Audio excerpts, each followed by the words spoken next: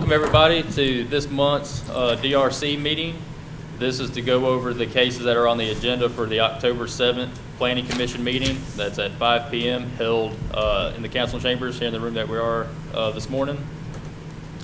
The first item that we're going to go over is actually our utility review case, UR 19.21. It's a utility review for AT&T, approval of 3 small cell sites. The projects will be located at 648 Gayfer Avenue, 602 Bon-Secours Street, and close to 901 Gayfer Avenue, actually off of Jubilee Trails, are the general vicinities of these sites. We have Tim Hawkins and Wade Mitchell here from AT&T. If you guys want to come up, have a seat, we'll go over this real quick.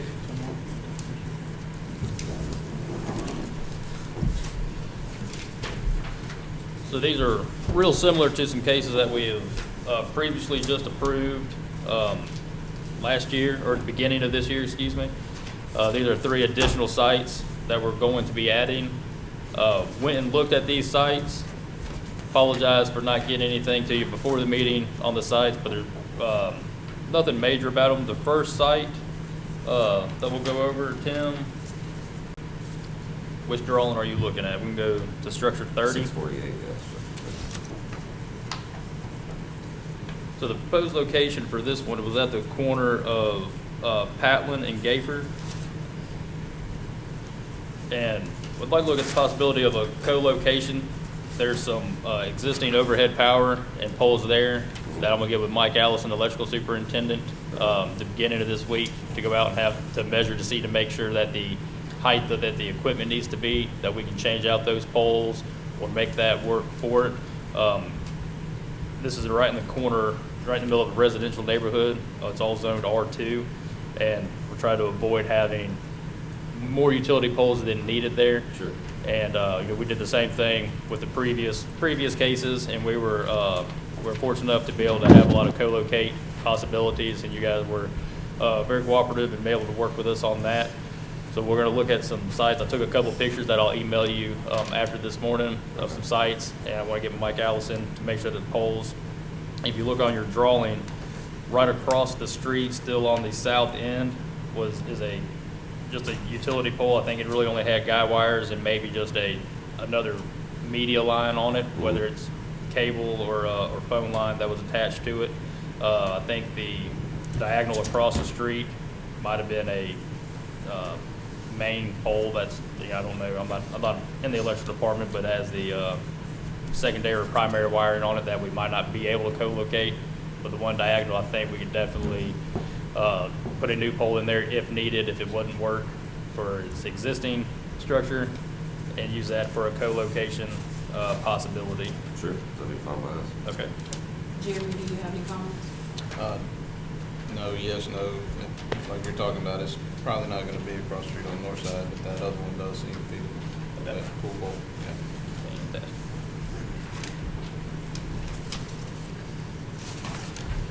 So the one you think we'll be able to use is the one west of us, or northwest? West. Just straight west? Yes, straight west. All right, I'll go look at it after this too. See, the next one, structure 31, the one you guys have addressed at 602 Bon-Secours. For that one, there is an existing, you didn't show it on the drawings, but kind of to the southeast on Quail Loop, there is another existing light pole that is there, that we like to try to use that for a co-location to put it on. The location that you guys currently have it is right on a property line, so it's not the worst spot that it could be. Again, this is a strictly residential neighborhood off of Quail Loop that attaches to Bon-Secours. But I don't know if you're familiar. There is just a regular light pole up over in, that might be it right there. There's current. And it's something we might possibly be able to co-locate on that, whether it's putting it above the existing, depending on the height, moving that up. As it's just a light pole. It doesn't have any main transmission lines or anything on that pole. And And other than any other overhead, there really wasn't anything else in this area. We can probably make it work. You see the existing pole I was talking about, Tim, just to the southeast, existing FH, or it's near that fire hydrant. It's not Yeah, low, it's not it's shown, not it's not shown shown there. on the drawing, but, it's out there very, very close to where this You fire have it marked on hydrant. yours? You have it marked on yours? Yeah, it's in that general area is where the light Okay. pole is. It's just not marked on any of the, All right, I'll go look at it after this too. okay. But yeah, I mean, anytime that, if we can co-locate on a pole that's already there, we're more than happy to do that. All right. And then the last one, this is the one that's off of Jubilee Trail. There really, it shows on his drawings that there was overhead power across the street. Mhm. There currently is not, that's been, since been moved underground. Okay. It's not even what's servicing the building that was there showing the overhead is now underground. So in this area, there really isn't a spot close enough for you guys. I know you have to be within that about 100-foot radius of the spot that you guys have from our conversation from the last review. So this area here, there's a privacy fence that backs up to Arbor Gates apartment complex. There's lots of heavy vegetation between the fence, the shrubs, and the apartments. So I think putting just a nice pole like you guys have, a black pole or something like that with the equipment on top. Yep. My only concern with this one, and I think give Richard Johnson and Mike Allison, Jeremy, you might help me with this, is the lane, that Jubilee Trail, it's a 15-foot paved road. I don't believe that I think it's a private road that's here. And my only concern is maybe we move that pole closer to the property line, closer to where the privacy fence is. Right now it's showing at 9 feet from the edge of pavement. When you have two-way traffic, I was there this morning as well looking at it, you can only get one car down at a time. There are school buses that drive down this road, and you have to pull completely over to let somebody there. So if we just, for possible safety issues, we can move it as far away over as possible to also allow for widening of that road in the future, not having to remove that pole down the road. Sure. But I believe that spot right there, we'll look at the type of pole. So black metal So pole. see what you're proposing now is just a black metal pole. And I don't see any issues with that. If we just get Richard's view on how close do we want that to the property line to still be able, and Jeremy, how close for a property to be able to, for them to service it. I know we don't have any regulations on how close a utility pole can be to a property line. But if you guys don't have any future plans of doing anything that you know of right now. Do you want me to get the right-of-way survey there and just move it as far back as you can? I think that would be, That's for safety. Yeah, but just not only from the protection from your facilities, that if there's ever need to be widening of that road, that it leaves the maximum amount of space for that. So, Right, yeah. yeah. Okay, we'll do that. and that was only comments. Everything else was in order. You just give me revised drawings for those. I'll put those together in a report. If I have any other questions between then, I will let you know. Do you have any questions for us or anything? I don't. Thanks for working with us on this. It's been great to work with. And I hadn't shared this with the guys, but Aldott came out with their small cell policy. How do you feel about the restrictiveness of it? Just as Is it recently? yes, Aldott shall not permit any new poles, pole lines, etc., on right-of-way to be used for small cell facilities. Co-location of existing poles is the only option for placement within the right-of-way, if not adverse to our operations or maintenance. Aldott may allow the use of wooden disconnect pole. If co-location cannot be agreed upon between two utility entities, it does not negate this policy. Yeah. And the first time ever Aldott's ever written a policy, it's one page. So Yeah, we've met about it a few times since Okay. they've come out with that. Okay. But, I don't know. I don't know what to say. They won't let us get on. I mean, in Aldott, they won't let us locate on any pole they own. And they Okay. won't let us put a new pole up. okay. So it's kind of hope that changes soon. We're working on it. I just forwarded that to y'all, so. Thank you. Yeah, we're working on that. Do you have anything else, Tim? I Thank you don't. for coming. Thank you. Great.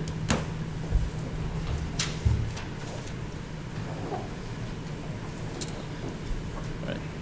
Next item on the agenda is ZC 19.08, public. This will be on the October 7th. This is on the Greeno Road corridor overlay district.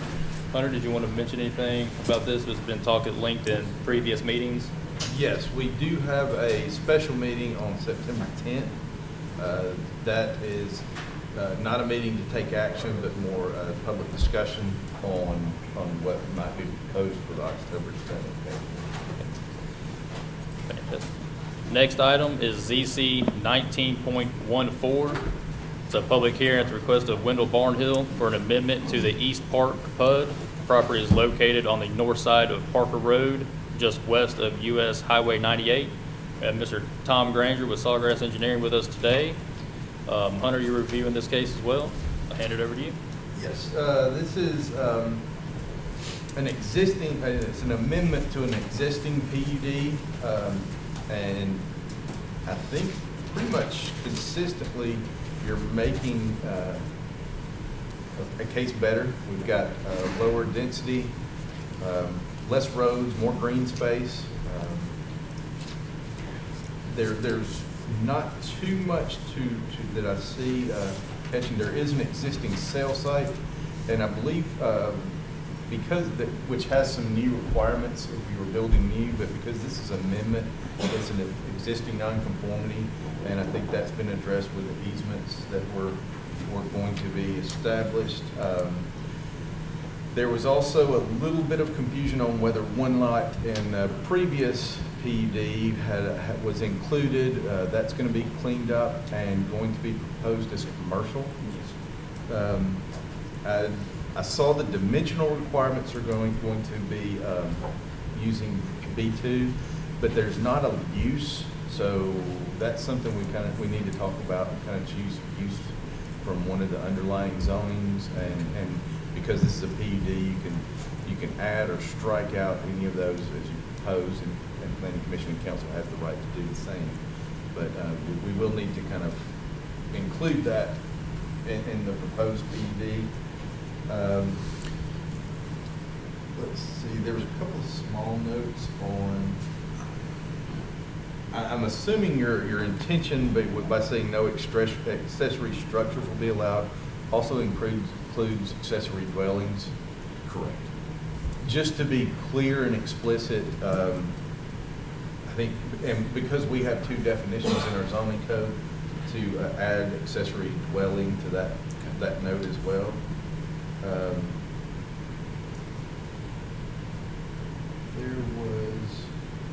We discussed at one point, from the previous PUD to this one, the green space changed. It's more spread out as opposed to centrally located. And we discussed it in a preliminary meeting, potentially including just a trail or something along those lines. If that's where we're going to go, I would like to see that on the site plan that's here. Okay. And or written in the PUD, but we can discuss that. We haven't had a chance to talk about this, and I apologize for that. We had a Thursday Planning Commission meeting this week, so it took some time. So if we can get together next week, we can talk in detail about this. But at this time, that's really the only things I have on a list. If anyone else has any comments. And Tom, usually the two things that come up in these considerations are traffic and drainage, and then drainage and traffic, and then traffic and drainage. And of course, drainage is not the appropriate time at the PUD approval. That's part of the subdivision application when that design is done. But there was an inquiry or concern about the commission reviewing and approving this about mitigation of traffic, and as you know. And you already know where I'm going to go, but be prepared to address this. First of all, the assumption, and it may be a dangerous assumption, that when this PUD was approved, traffic was discussed, considered, mitigated, whatever. Well, with this PUD actually decreasing in the number of units, thus the impact is equal to or less than what it was 12 years ago when that discussion occurred. The other issue at hand is that this PUD with 47 lots now, is that? 43 lots, compared to the generator of the Publix development and what's going on at the Fly Creek development is the minority party, meaning it's not controlling it. As you know, Publix and that PUD had to make all those improvements that are associated with US 98 and Parker. Not only has there been turn lanes added, but there's been readjustment of the turn lanes on the main line of 98. There's signal upgrades going on, as well as access improvements to the southern entrance to the Publix shopping center. There possibly could be a requirement sometime in this process that you at least revisit any traffic impacts, but my answer to Hunter is the problem is that all the impacts that were anticipated have been mitigated. There's no further improvement than anybody can think of that can be done here.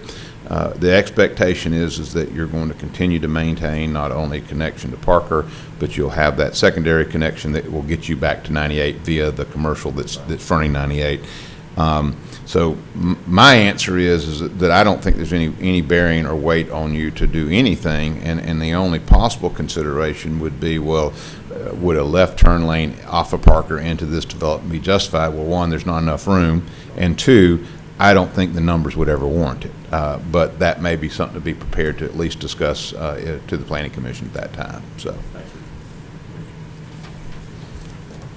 And I haven't forgot about you on utilities. No worries. We'll get there. And we're going to box out with easement and provide you a gravel road at that lift station. Perfect. Yeah, I mean, I don't know what they paid, what they got, and how much of it we're going to be able to We use couldn't yet. find anything where there's any, where the lift station sits. There's no easement that I'm aware of. There's no so- designated land, so we'll box that out. Okay. Thank you, everybody. Thanks, Tom. I'll talk to you next week. All right. Thank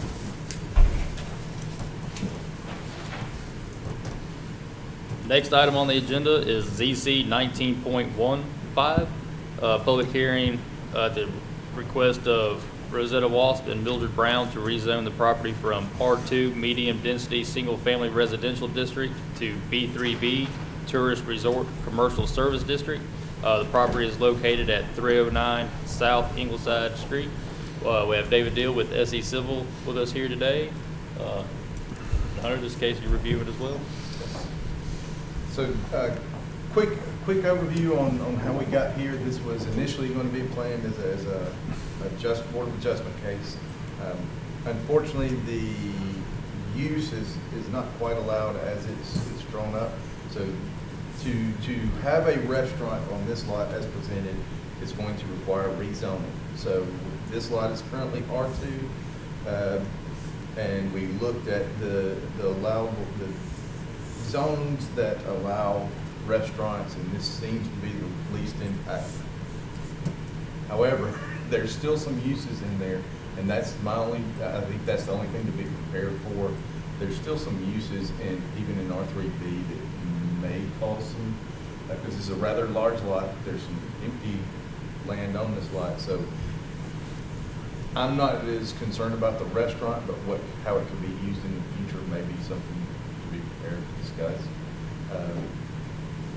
But other than that, if it did receive the B3B, some other things become triggered, such as buffer adjacent to residential, that it would have to be improved. But other than that, I think your parking looks up to, meets requirements. I don't see anything else on this one right now, but we might want to discuss kind of uses and maybe some options to mitigate that if it comes up in any heartburn with that. We might need to be prepared for that discussion. So there, Richard, there's kind of a block in pedestrian circulation here, and I don't know if y'all thought about how pedestrians are going to access this. And on the Nichols side, there's a drainage ditch. Right. So you've got sidewalks there and paralleling Ingleside. have you thought about and you've got, from the parking side, you've got wooden walkways around the parking lot. Is there gonna be any access from the Nichols? Do you know, I don't know, I'll check, see if they can. the site plan I saw, didn't have any connections, and if so, that's fine, but if there is gonna be public access from the Nichols side, we might need to look at how that's connected. But other than that, I don't have All any. the utilities you want. And I'll just add, with changing it to this different zoning district, you know, the setbacks are different than R2, the lot sizes. If a future subdivision was to come in, then it would open up a whole nother can of worms for utility review, for being able to supply all the different utilities, as for traffic impacts for what it's going to be. Right. So as proposed for this site plan, it would work, but any future changes to the site itself would start another ball rolling as far as the subdivision process, or maybe other requirements could be triggered depending on what that use was. Yeah. And we will make note that there was a little unique, something unique with the frontage on this lot. The interpretation that we use today is different because there's a platted setback. I don't think that's any mechanism we would use today. You know, plats are how the lot's laid out, streets are laid out. Zoning code governs setback. So, but you inherited this, and we'll uphold it. But that kind of changes how we interpret where a front lot is, or the front of the lot is today. So, just in case anybody's curious about that. Right, and again, this is one we can follow up on. Thank you. Next item is SD 19.37, public hearing to consider the request of Cottage Lane Fairhope LLC for plat approval of Cottage Lane Fairhope, an 8-unit condominium subdivision. Property is located at the southwest corner of the intersection of Bishop Road and Edwards Avenue. Buford King is reviewing this case. He had another obligation today, could not make the meeting. David Schumer, you were here for the applicant today. I think Buford has been in contact with you since you Yes. submitted review comments. We haven't received any. Have they- I mean, this Or was an MOP that we came for not quite a year ago and got approval. And it's pretty much built, and when they started looking at getting their CO, and they're building, structures, 3 are underway, 1 is almost done. He was trying to get a CO, and Buford realized that it fell under the condo. Because the land is 1 lot, Okay. and they're selling the units individually. Individually, so we just And triggered so- a different, So we had Another they areas. realized we gotta get another separate approval yes, okay. before they can get the CO. All And I right. think the biggest thing for this is gonna be making sure we have all the closeout documents from the MOP. Yeah. Basically, when you think about this, is an MOP is a multiple occupancy project, but we close it out just like a subdivision, meaning that we've got to go through the process and make sure the drainage was built as you designed it, that there's an operation and maintenance agreement that's ready to be executed and all that. The only thing that really changes is there's no roads we're accepting or anything like that, but everything else that we would do to say, yep, you have gotten final plat approval, you've done all these necessary infrastructure improvements. And thank you for explaining, because I was starting to worry because we were getting ready to approve another development on a site that was underdeveloped, and I was confused. Yeah. So, And it threw off the owners, And did- mostly from that time standpoint, because I think the drainage is in, we're still trying to get the county to clean out that ditch. did you ever get your permit?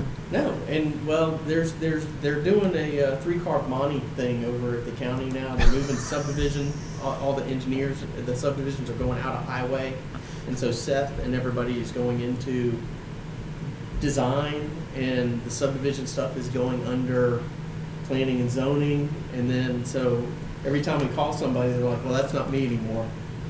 And so we're up to Tyler Mitchell now, trying to get him to work on it. And then we called the barn to try to clean out the ditch, and of course their equipment was in a car accident and is broken to regrade that ditch. And you know, because that would that's how it was supposed to function. It's supposed to drain to the ditch, and the owners are worried with the corrugated metal pipe being the side drains that it'll silt in just like it has right now. And but other than that, everything, you know, only twice since the pond's been built back in December has it gotten to a point where they needed that relief. But it's even the rain a couple weeks ago, they didn't have any issues. And it drew down very quickly, too. Yeah, It did very and, good. And a lot of that is they're going to clean out the chimney. Of course, it got, you know, they were working on it after that was the first thing put in place, and so it should draw down faster. But they just want some just emergency relief to keep it at the level that it's supposed to, the design level.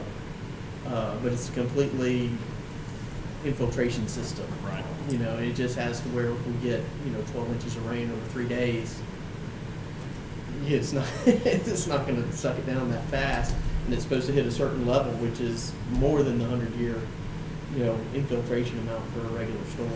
How quick do you think you could bore under that road and get your outfall put in? They'll do it in a week. I mean, they'll call, I think, A-Long Boring or somebody and get them out there right away, Yeah. and just use a SDR 26 or something and just seal it up with just head walls on both sides. We just can't get any response. Every time we call the county, they're like, it's under review. Does the condominium issue require a new plat be developed somehow? We do have easements in there for the utilities, and if they can be added to that document somehow, I think that would be what clean. was the easements were considered everything outside of a structure, you know, everywhere outside. We actually physically had easements drawn up and did you? executed Okay. and recorded, I think. Okay. I'm gonna go back and look, but Yeah. And generally, Richard, in the condo documents, you have something that kind of looks like a plat that shows the layout, so those easements can be legitimately shown on there, so that Yeah. even though it's not recorded as plat, it's recorded with the condo documents, so, yeah. Yeah, and what we submitted to Buford for this was essentially the as-built drawings. Okay. You know, as it sits right now, they had an as-built survey of the pond to try to figure out exactly what the volumes were and everything to make sure everything was the way it's supposed to be. And it's just when the survey was done, they shot the invert of the pipe, but, you know, surveyors had that nice sharp point that went right all the way down to the bottom and hit the invert of the pipe, and you go out there and there's about 6 or 8 inches of dirt all the way through the pipe. So, Well, they gave you what you asked for. yeah, well, I mean, and that's what we need. And so, but we're trying to get the county to come in and clean out and the pipe and regrade the ditch, and then potentially the ditch on the other side of the road is about 1.5 feet lower. And so they're just wanting, because they feel that corrugated metal is, any trucks drive over it and kink the corners, and you'll have the same problem, water flow through that corrugated metal. Right. Too great, so they just want to put in a 6-inch pipe to just keep the level where it's supposed to be.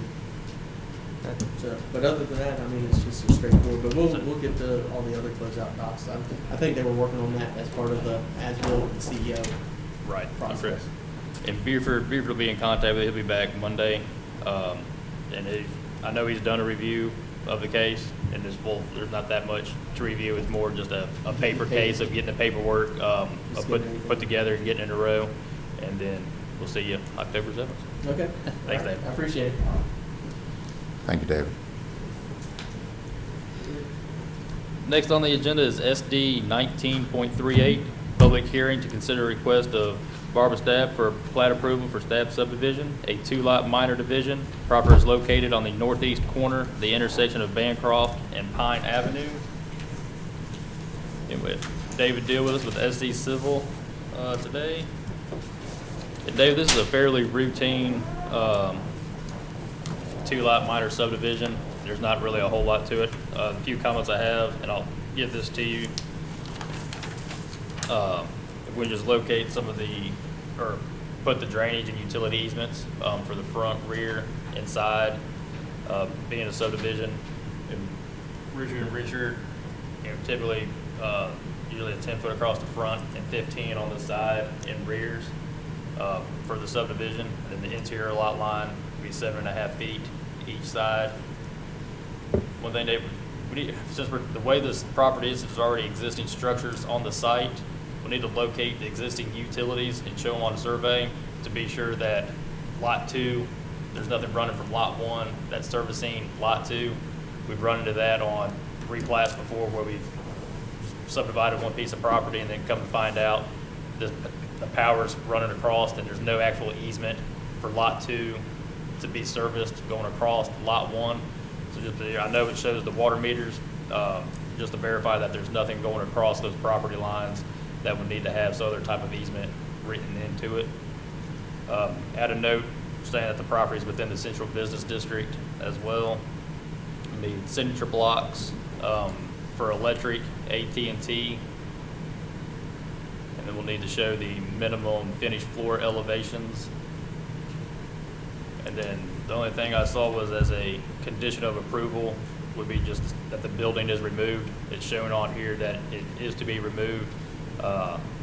Oddly enough, I found a plat the other day for a big subdivision that had the same note on it, and I looked at the Google Maps and looked down, and the same building is now across into this residential piece, and then part of an unzoned piece. The building was never removed. That one's gone. Oh, this building's already? Oh, well then, that won't be a condition of approval then. And Mike, and I'm gonna step out in the unknown. If this is in the central business district, that allows 0 lot line setbacks, correct? Yes. So the easements may be a detriment to so what controls here? Because, I mean, I know that the lot across the street could build all the way to the property line. Why would we restrict this one if, I mean, now if there's, you know, you as a surveyor has identified a need for an easement for utility, whatever, you're gonna put it on there. But, Yeah, so that's a very good point, Richard. And the easement, everything would be coming from the right-of-way. The built-to line is the right-of-way line. So scratch that first comment as well then. Thanks for pointing that out. but if there are any utilities that need to be accommodated, of course, there needs to be the easements given for those, so. And if that building's already been removed, then just making sure that if there is any utilities that's servicing that lot 2 that's run across lot 1, this would be the time to either have them moved before construction to save a headache down the road of going to build something on lot 1, and then all of a sudden there's, you know, a water line running across halfway through the lot or something. I know you've seen screwier things than that. And side street, you show a side street setback of 20 feet. For zone B4, it's not 20 feet. It's still 10 feet, I believe, or there's no side setback, but I know it's not 20 at all. You're more than welcome to take this. Has the same comments we just talked about on it for you. So really nothing major on there, just adding a few notes to the plat and locating the utilities. Anybody else have any comments, or Dave, you got any other questions or anything? Just one quick thing. I'm assuming your driveway's gonna be coming off Bancroft, both those lots. Yes. We just set No, Pine. They're divided Both of them perpendicular to going Pine, so. Okay, There good. is an existing curb cut on Bancroft, Yeah. not utilized right now. We just set that takeoff pole for that primary feet wide building there, so. Wasn't sure, there was no property line at that time, so we Right. stuck it on the right of way, and I'm not sure what's happening on that side, so it should be good then.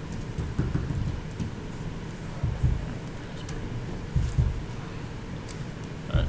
David, I know you're here for the next one as well. Yes. The next item is SD 19.39, public hearing to consider the request of James Hermes for preliminary plat approval of Hermitage Court, an 8-lot subdivision. Property is located on the west side of Blue Island Street, just south of Wind Street. And I apologize, I did not get comments out to Larry. I know Larry's the surveyor working on it, and I did not get comments out to him. We did discuss internally a few things, and I spoke with Larry about the drainage.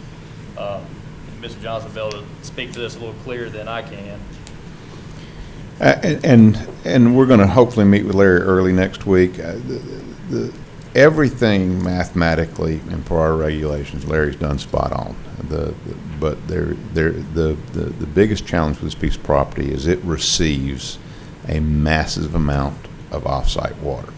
And as it sits today, it has a natural valley in it that then discharges all that receiving off-site to the north. And part of the design consideration is tying into existing drainage, improving existing drainage on Blue Island, as well as putting in intercepts on the south side and having basically a direct piping through the new neighborhood and discharging right there. The concern that I have is that we have the internal stormwater management that has a discharge proposed going due north, and it is sitting adjacent to the bypass, I'll call it, the off-site bypass, that is sitting perpendicular to it and then flows to the north. I'm concerned that, one, is there enough real estate left on your side of the property line to get that riprap stilling basin where it's not going to cause adverse effect across the property line? And I think, Larry may have already done that calculation and come to his conclusion. I know he's got like 140 square yards of riprap proposed at those two outfalls.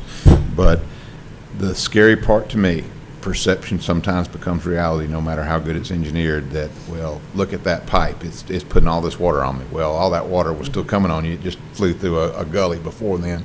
But that is a concern, and we're going to want to make sure that we ask the questions, and Larry, from an engineering standpoint, addresses any potential adverse effects and shows that they've been mitigated. The design is good, the numbers are good. It is that, can you show with a surety that you're not going to negatively impact the downstream property?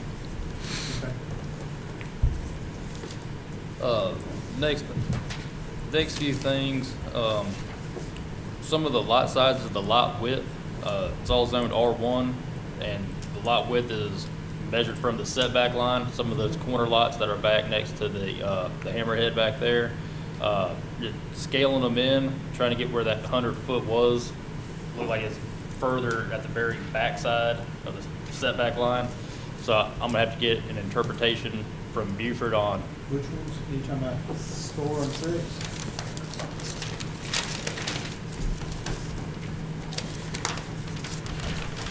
Yeah, David, the issue is that it looks like that if whatever the setback was, you use this as the center line and you did a radius, okay? Well, if you kind of do a tangent of that radius, you get 100 foot, okay? That's how I've always done Okay. Well, our question is should that setback line be a diagonal like that?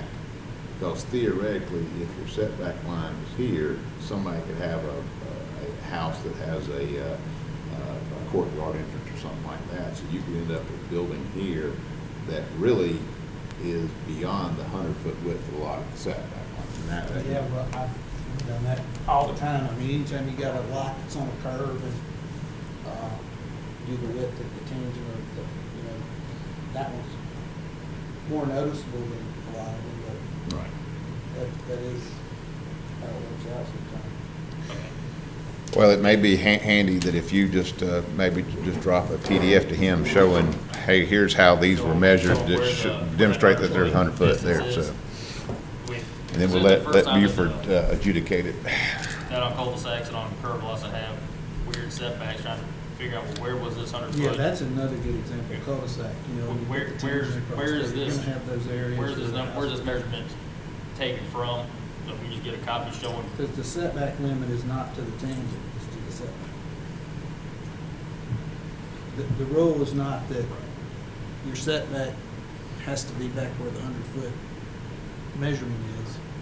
You measure the 100-foot at the setback. Right, well, depending on where, one could argue that the setback is, this point here is the beginning of the setback line, but you can still build within it, so with the 100 feet on where to take a measurement, even if you have a pie-shaped lot that goes back, and you go to measure that setback line, it's at the very front. Again, it's not a curve, so it's easier to see exactly where that straight line. I'm just thinking of the hundreds and hundreds of lots that I have out there that, they're 80 feet at the setback, but there's building area behind the setback, but it's in front of that measured In front of that thing. measured distance. Okay, well, that was just one thought that had come up. We're trying to find out if we can get in touch with the property owners to the north and a little bit west of your project to find out about an easement for getting the sewer line brought up in there? Yeah, that would help.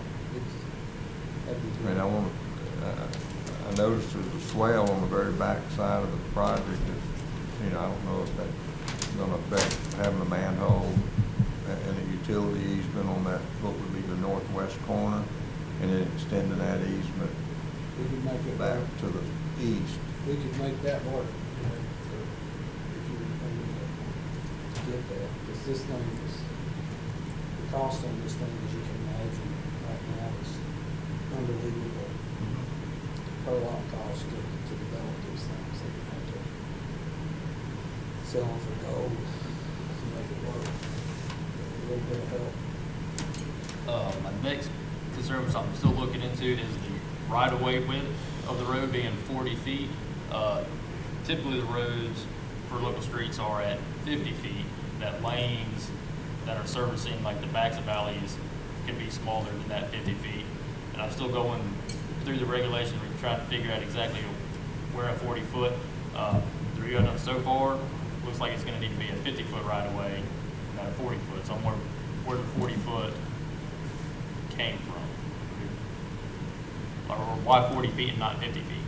Okay, I thought you allowed the local streets to be 40 feet. I'm still, like, we had a planning commission on Thursday, so I'm still in the middle of some of the review. This was one of the big things that had jumped out, and I'm still going back through it with a fine tooth comb, looking it over. And I think that the local streets are 50 feet, that there is provisions for 40 feet, but I don't think it is applicable to this development here, the way it's written in subdivision regulations. And again, I'm still going through that. I'm gonna get that, read to Larry, copy of the review on it with the actual comments citing the subdivision regulations where it is. But I was just curious as if you had seen something in there that pointed Yeah, out I mean, I'm specifically just and hoping I said. have the latest copy, because it has the one I'm looking at, which I'm pretty sure I've downloaded recently. I'm pretty sure it said, I'll go Well, check. I know that part hasn't been amended in a while, so whatever copy you have probably is current. What's on our website is Good. current, just the No, I most. think that's what I've downloaded. Now, normally the engineers don't want us to do that. You know, they prefer 60. Right. Well, so we get into needing the minimum for the sidewalk, and then the green space that has for the, between the sidewalk and the road, that has to be there for the road profile, the 40 feet. Yeah, starts. and that's what we kind of discussed is see, like, you're proposing 9-foot lanes, 2 foot of curb, but you only got a 4-foot planting strip between that and your 5-foot sidewalk, and our minimum is 6 or 8. Things 8 feet. 8 foot. So with that element, you can't fit what you have in a 40-foot right of way. So, Could we put the sidewalk in a pedestrian easement along the front of the lots like we did at Ottawa? I mean, I'm not opposed to that. I mean, I think as long as, this planning commission decision, as long as every element that needs to be associated can be accommodated.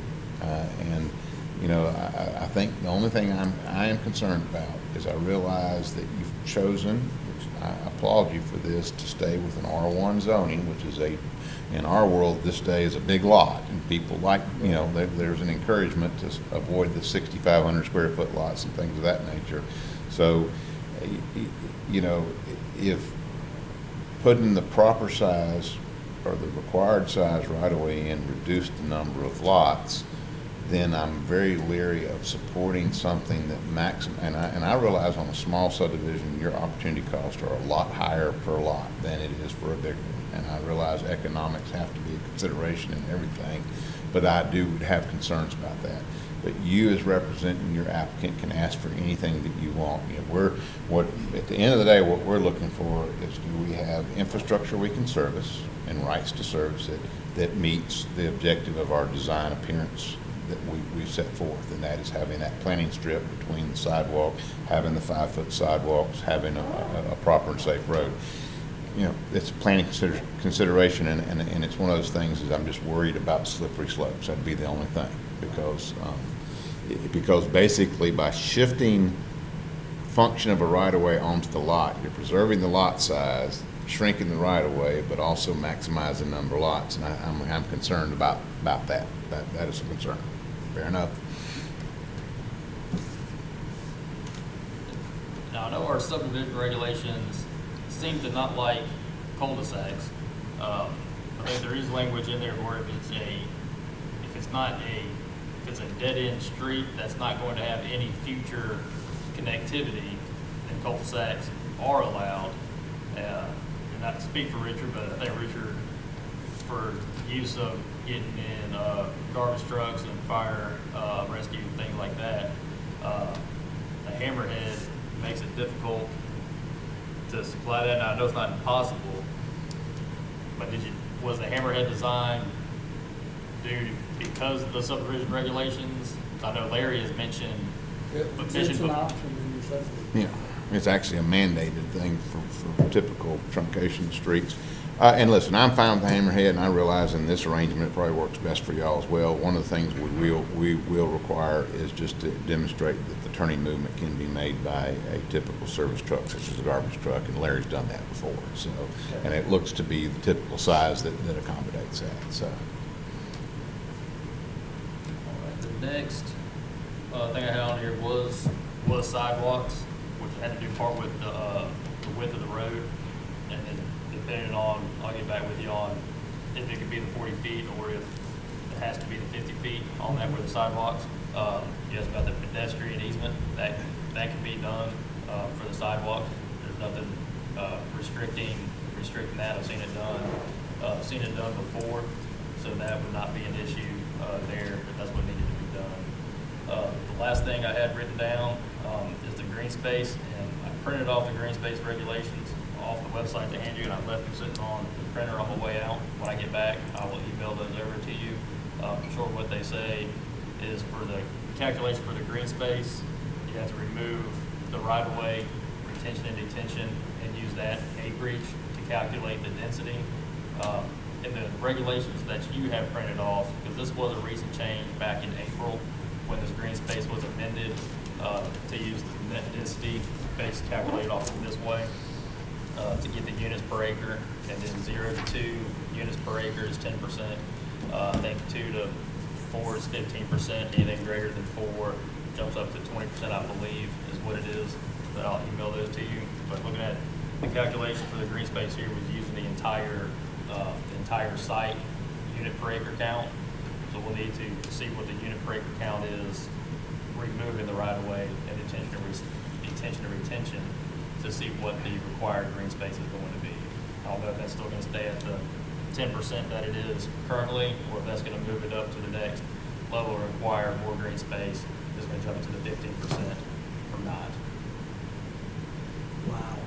Okay.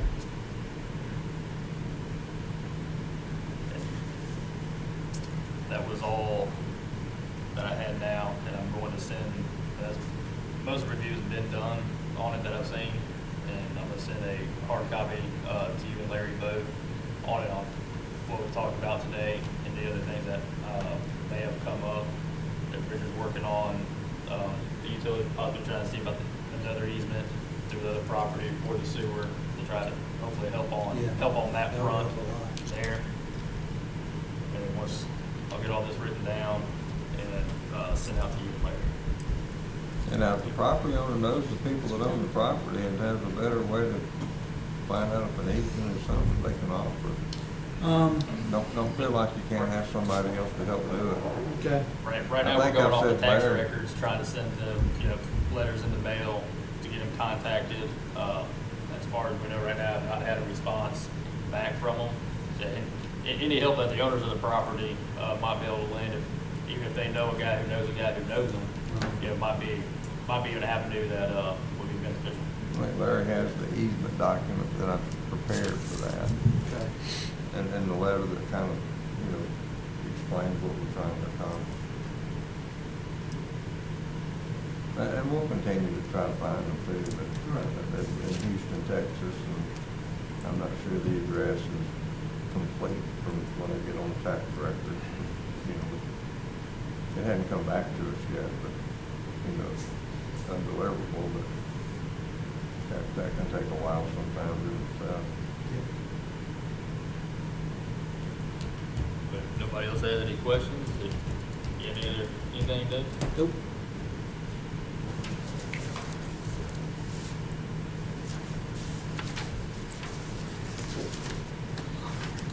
The last item on the agenda is SD 19.4, public hearing to consider request of Ryan Creel and Vincent Booth for site plan approval for 10 Tops at Gaper, a 20-unit multiple occupancy project. Property is located on the north side of Gaper Road Extension, just west of Bishop Road. Buford King is handling this case as well. Beaver's did any review comments, or I know he spoke with Larry, I think on some of the concerns that he had for this, but I don't know any of the Yeah, I don't intricate think- details. I think he asked for some green space clarification. Okay. I think there And I think I'll take that opportunity. Unfortunately, David, I've worked on projects on this property multiple times, one for a long time, back around 06, 07, 08.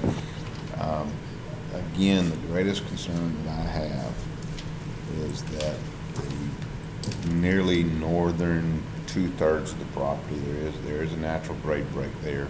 Front portion of the property just does drain toward Gafer, and there is a grady area there with call it a cross drain, it's really an equalization pipe, but that's okay.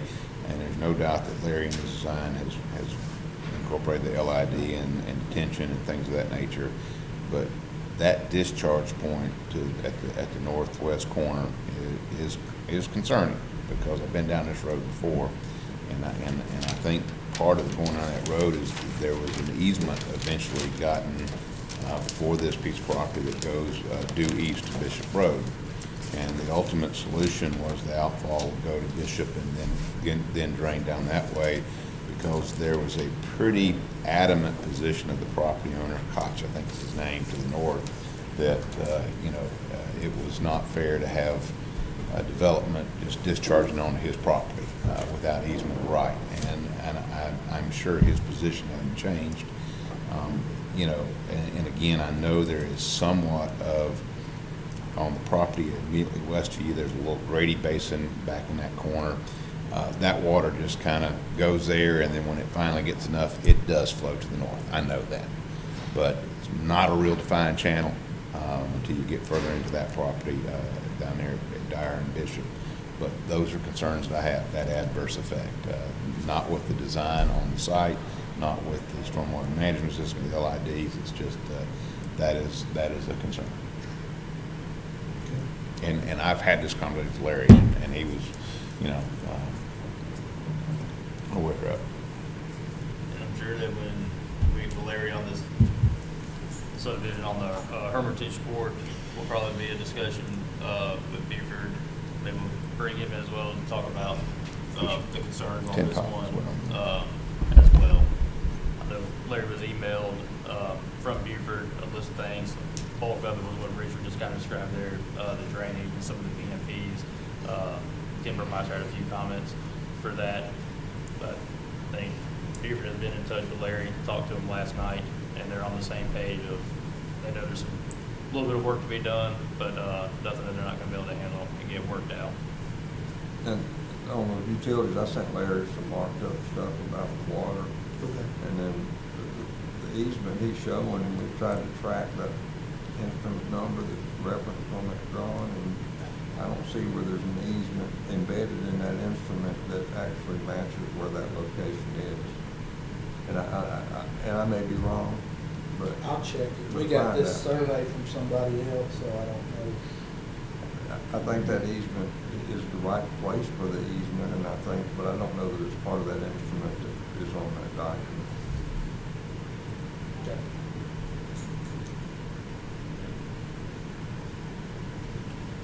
If nobody else has anything, that concludes the agenda items. Do we want to open it up to the public? This is a public meeting, but it's not open to public participation. What about the press? Can I ask questions? No, Absolutely. Elected officials? this meeting, the public is more than welcome to attend and observe, but it's not a public participation meeting. We will stand adjourned. So moved. Well, that answers your question. Sorry about